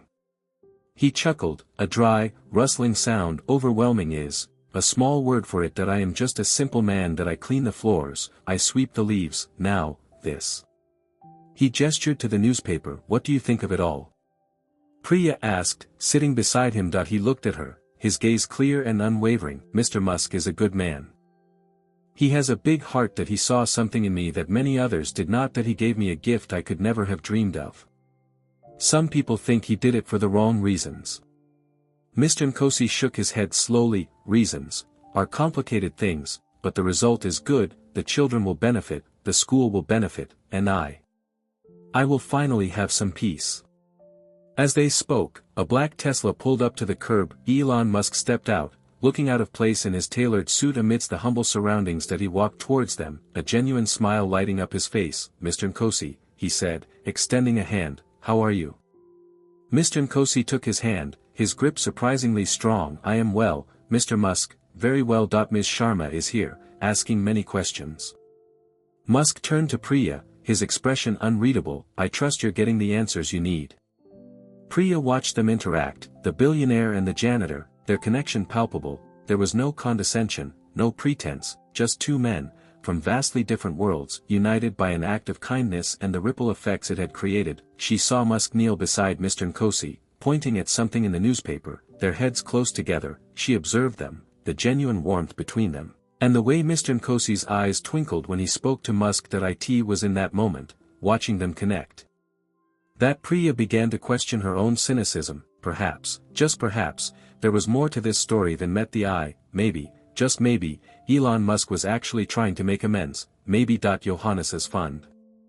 The SpaceX Foundation office thrummed with a low, persistent frequency. Elon, a forgotten coffee cup staining the desk beside him, scrutinized the projected spreadsheet, a digital chessboard of figures and possibilities. He wrestled with the intricacies of transforming a spontaneous act of generosity into lasting change. The Johannes Nkosi Scholarship Fund. STEM fields are vital, certainly, but not to the exclusion of all else, he murmured, eyes locked on the screen. Beside him, Justine, the foundation director, tapped her tablet with a stylus. Johannes emphasized the beauty of a broad education. Remember his passion for Shakespeare?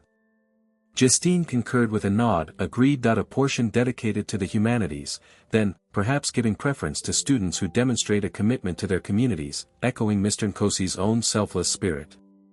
Elon finally glanced up, a rare smile gracing his features.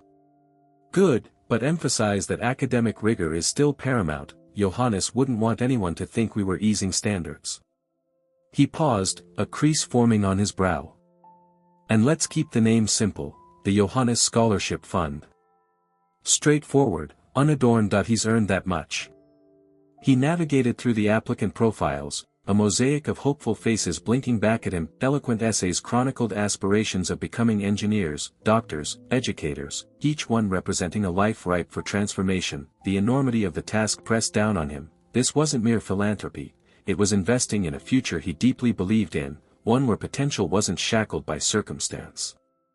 The selection process must be airtight, he declared, his tone hardening, the CEO persona resurfacing.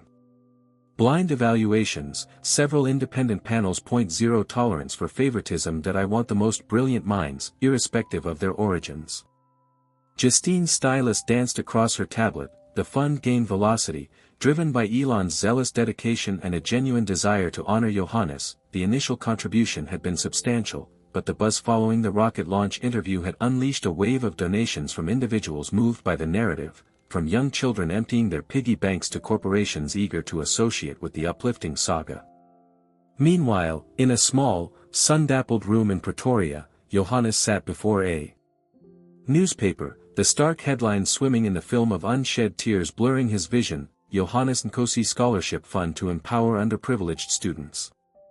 His picture, a slightly faded shot extracted from an old-school circular, stared back at him, a younger, less weathered version of himself. The full scope of Elon's commitment hadn't hit him until this moment. That it transcended personal recognition, it offered a lifeline to generations of South African youth, granting them a chance he had never known. He reached for his cherished Bible, his fingers tracing the well-worn verses. A battle between humility and pride raged within him. He, Johannes Nkosi, a humble custodian, now the namesake of a scholarship. It felt dreamlike, impossible. His phone shattered the silence, a jarring intrusion on his reverie. He answered, his voice tentative. Hello. Mr. Nkosi, this is Priya Sharma from the Global Tribune. Her voice carried warmth and respect. We were wondering if you would be available for a brief interview. We've been overwhelmed with requests since the fund was announced. He hesitated, the spotlight felt harsh, unnerving. I am not sure, Miss Sharma. I am but a simple man. I understand, Mr. Nkosi, but your story has struck a chord with so many. It's a beacon of hope. Perhaps you could offer a few words of encouragement to those considering applying. He paused, picturing the eager faces he had encountered during his years at the school, children harboring dreams as boundless as the African sky. Very well, he responded quietly. Very well, Miss Sharma. I will speak with you. The following week, Elon made an unannounced visit to Johannes's home. He found him tending his small garden, his hands, though gnarled and bearing the marks of labor, displaying a surprising nimbleness. Johannes, Elon began, his voice unusually gentle. Johannes looked up, surprise illuminating his face that he straightened, a wide smile blossoming. "Mr. Musk, this is truly an honor." "The honor is all mine, Johannes," Elon countered, extending his hand. Their handshake was firm, a wordless acknowledgement of the connection forged between them. "I read the article," Johannes said, gesturing toward his modest dwelling. "The scholarship, it is too much, Mr. Musk." "It's not too much, Johannes, you deserve it, and you always have." Elon took in the humble garden, the neatly planted rows of vegetables, the vibrant blossoms bathed in the African sun. "You've selflessly given so much to so many. It's time someone gave back to you, and to the community you've nurtured." Tears resurfaced in Johannes's eyes. "But I only swept floors," Mr. Musk offered a kind word, a smile. Elon placed a hand on his shoulder. "And that, Johannes, is far more than most people offer, that simple kindness, that unwavering decency, that's what makes you exceptional. That's what the world desperately needs." He paused, then added, "The initial cohort of recipients will be made public next month. Justine is overseeing the details, but I wanted to personally share the news that we've received thousands of applications. It's profoundly humbling." A month later, the announcement arrived. A small celebration unfolded at the school where Johannes had dedicated so much of his life. The auditorium, typically alive with youthful exuberance, was hushed with anticipation. Though physically absent, Elon's pre-recorded message filled a large screen. He spoke of Johannes's quiet dignity, his steadfast dedication, and the paramount importance of investing in the coming generations. He then revealed the names of the 10 inaugural beneficiaries of the Johannes Nkosi Scholarship Fund. Among those honored was Thandi, a young woman yearning to become a physician and serve her rural community. There was also Saifo, a young man with aspirations to become an engineer, developing sustainable energy solutions for Africa. Each had surmounted seemingly insurmountable challenges to arrive at this milestone, their stories serving as testaments to the power of human resilience and the life-altering possibilities of education. Johannes sat on the stage, his heart brimming with pride. He listened intently to the recipients' stories, their voices ringing with hope and resolve. His thoughts drifted to his own life, the opportunities missed, the hardships overcome, and he understood, in that instant, that his existence had not been without purpose. He had touched the lives of these young people, inspiring them to nurture their ambitions, to strive for greater heights. As the ceremony neared its end, Thandi approached Johannes, her eyes gleaming with gratitude. She grasped his hand, squeezing it with affection. "Thank you, Mr. Nkosi," she said, her voice choked with emotion. "Thank you for believing." Johannes smiled, his face etched with lines of joy. "The future belongs to you now," he whispered gently. "Go forth and illuminate it."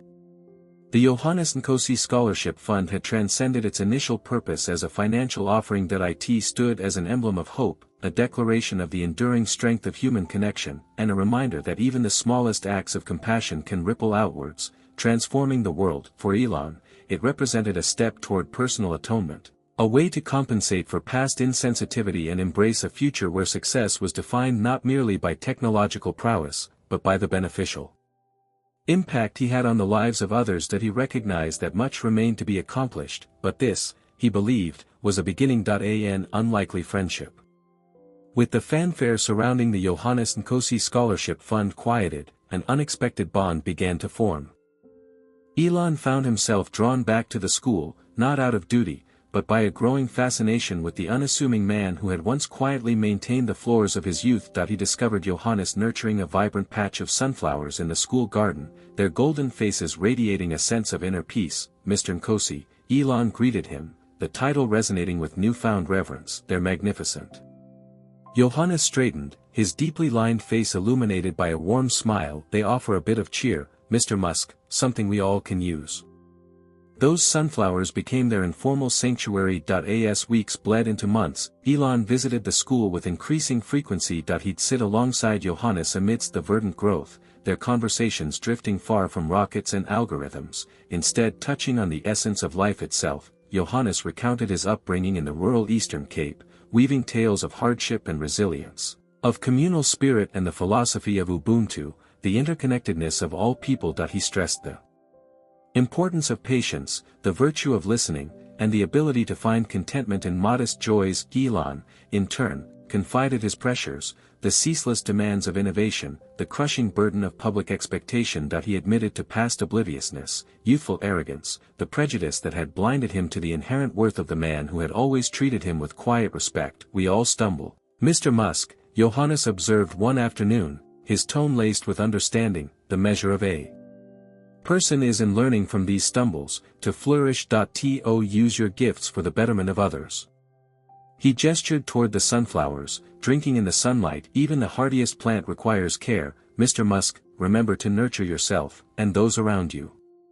Elon began to seek Johannes's insight beyond personal matters. A crucial business decision loomed, a complex merger that held the potential to elevate SpaceX or plunge it into ruin. He detailed the situation to Johannes, outlining potential pitfalls and promises. Johannes listened with focused attention, his gaze steady and present. When Elon finished, he didn't proffer a solution or a blueprint. Instead, he posed a simple, penetrating question: "What sits right with your soul, Mr. Musk? What course will uplift the greatest number?" Elon was caught off guard. He had anticipated a meticulous analysis, a calculated perspective of the market, but Johannes's query cut through the cacophony of data, forcing him to confront his core values, his sense of purpose. He realized that his single-minded focus on profit margins and technological leaps had eclipsed the human element. The following days were filled with introspection, wrestling with Johannes's question. He consulted his advisors, his engineers, his legal team, but their responses rang hollow, feeling incomplete. Ultimately, he made his choice, a decision that prioritized enduring sustainability, ethical conduct, and the prosperity of his employees, even if it entailed sacrificing immediate revenue. He returned to the school garden to share his decision. "I followed your counsel, Mr. Nkosi," he announced. "I chose the path that felt ethically sound, the path that will benefit the most." Johannes offered a serene smile. "I am gladdened, Mr. Musk. Frequently, the moral choice is not the expedient one." He paused, then added, "Recall, a mighty structure necessitates a solid base, and an effective leader demands a compassionate heart." Their connection deepened with each encounter. Elon gained insight into Johannes's life through captivating stories, each revealing his steadfast strength and unwavering spirit. There was the narration of his daily trek to school as a boy, often barefoot, driven only by a hunger to read and write. There was the account of how he had sustained his family through years of harsh drought, relying on his resourcefulness and ingenuity. There was the episode of comforting a young, orphaned student, giving solace and a receptive ear. Johannes, likewise, became acquainted with Elon's world, a realm of innovation and boundless ambition, of trials and triumphs. He listened attentively as Elon unraveled the intricacies of space exploration, the nuances of artificial intelligence, the promise of renewable energy. He didn't always grasp the technicalities, but he comprehended the driving vision, the unrelenting quest for a better tomorrow. One afternoon, seated among the sunflowers, Elon posed a question that had weighed heavily on his mind. "Mr. Nkosi," he began, "why did you remain here, working as a caretaker, for all these years? You possess intelligence and wisdom, you were capable of anything." Johannes gazed across the garden, his eyes clouded with memories. "This school," he stated softly, "is more than bricks and mortar. It is a haven of hope, a wellspring of opportunity that I yearn to contribute, to cultivate a nurturing space for children to flourish." He turned back to Elon, his eyes reflecting quiet pride. "At times, Mr. Musk, the most profound accomplishments are not trumpeted by headlines, they are measured by the lives they enrich."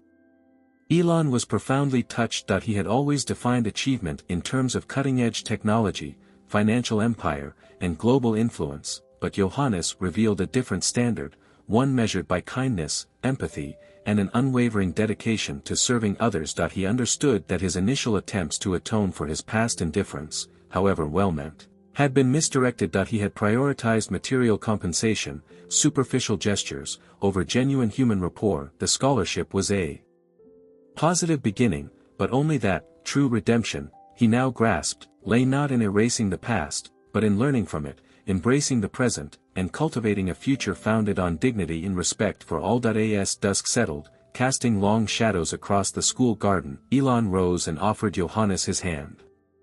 "Thank you, Mr. Nkosi," he said, his voice resonating with gratitude.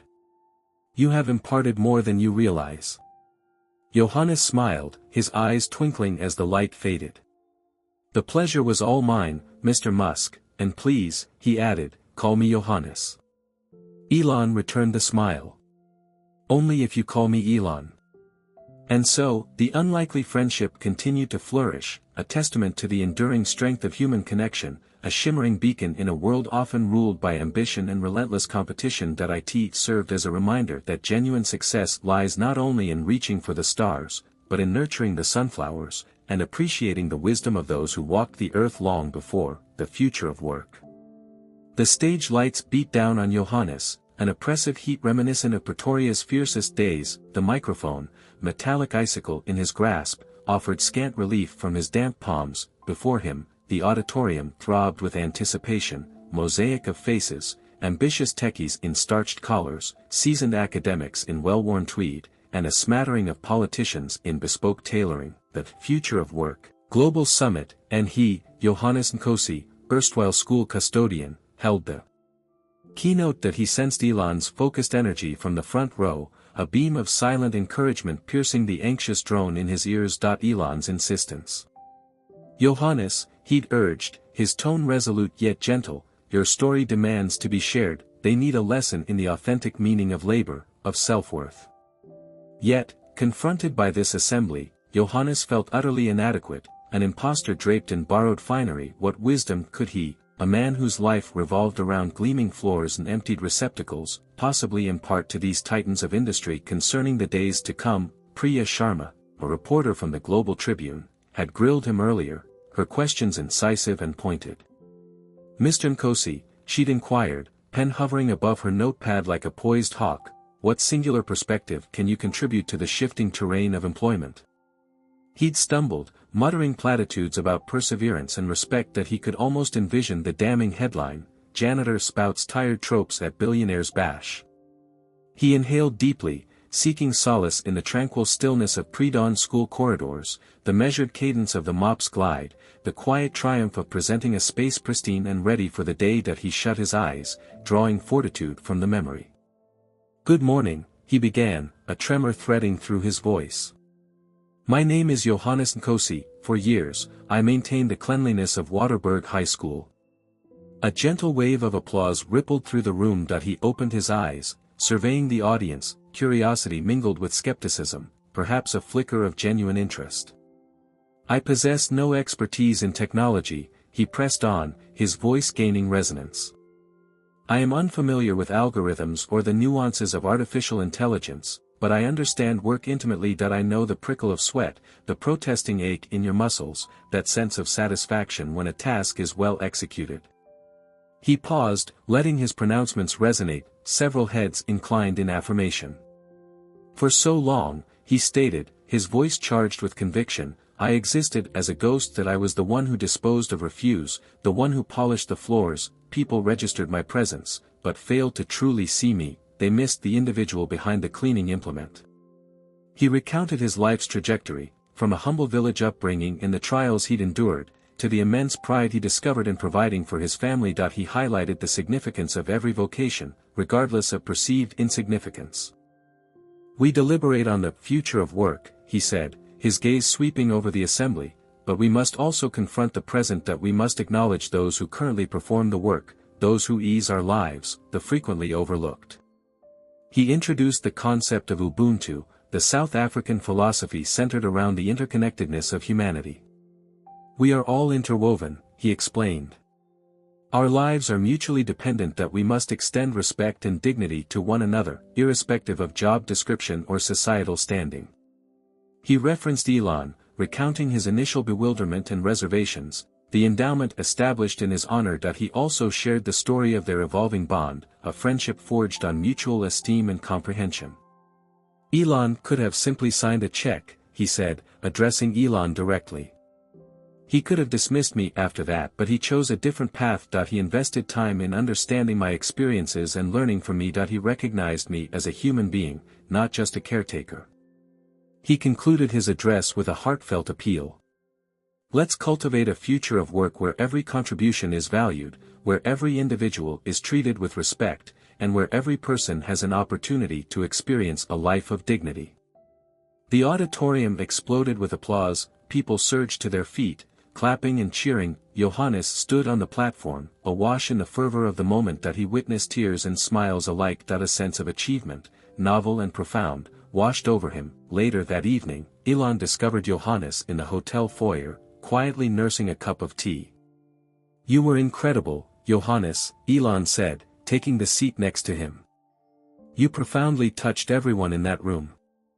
Johannes offered a gentle smile.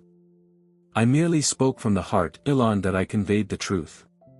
"And truth possesses immense power," Elon replied. He paused, adding, "I've deeply considered your point about visibility. For too long, my attention was monopolized by the creation of things, the pursuit of accomplishment, that I failed to adequately recognize the people surrounding me. I undervalued the contributions of all, not just the engineers and senior managers." Johannes nodded gently. "It's easy to become consumed by overarching ambitions, Elon, but the small gestures, the minute acts of kindness, frequently carry the most substantial impact." Elon gazed at Johannes, gratitude reflected in his eyes. "I have absorbed so much from you, Johannes. You've illuminated the importance of humility, of empathy, of Ubuntu. You've reshaped my perception of the world." "We have enriched each other's perspective, Elon," Johannes replied. "That is the essence of friendship." Elon grinned. "I'm fortunate to have you as a friend, Johannes."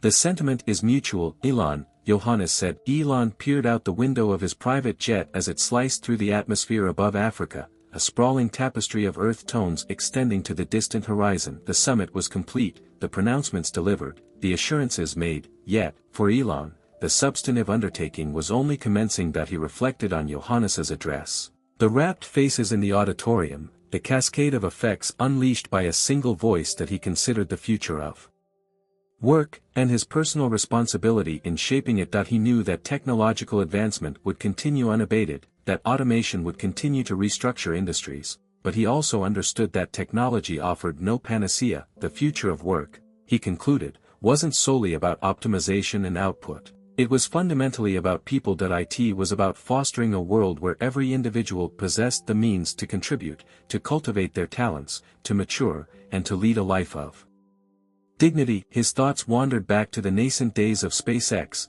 the drawn-out workdays, the repeated setbacks, the unwavering devotion of his team. He recalled pushing them relentlessly, often neglecting to acknowledge their sacrifices, their innate humanity. He shuddered, recalling his younger self. The cutthroat entrepreneur focused almost exclusively on the bottom line. He had been so blinded by his own ambitions, so consumed by his own ego, that he failed to truly see the individuals around him. But now, courtesy of Johannes, his vision was becoming clearer. He was beginning to realize that genuine success was not just about launching rockets and manufacturing electric vehicles, it was about building a better world. It was about channeling his resources, his prominence, towards generating prospects for others, empowering the marginalized, and elevating those who had been forgotten. He anticipated challenges, obstacles, and criticism lying ahead, but he was resolved to maintain his course, to uphold the values that Johannes had instilled in him.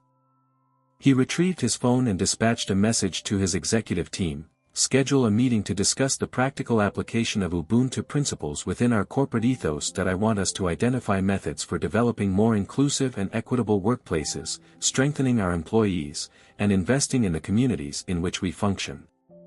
After pressing send, he reclined in his seat, a feeling of calm resolve washing through him. The future of work resided not only in technology, but in humanity itself, and he, Elon Musk, was fully committed to being an integral part of it. He understood that his own personal growth would depend on the elevation of the lives of others, and that the definitive measurement of his achievements would be his influence on the world. The scholarship had been the first step, the summit had sparked transformation. Now he had to commit to crafting a future that would be worthy of Johannes's vision.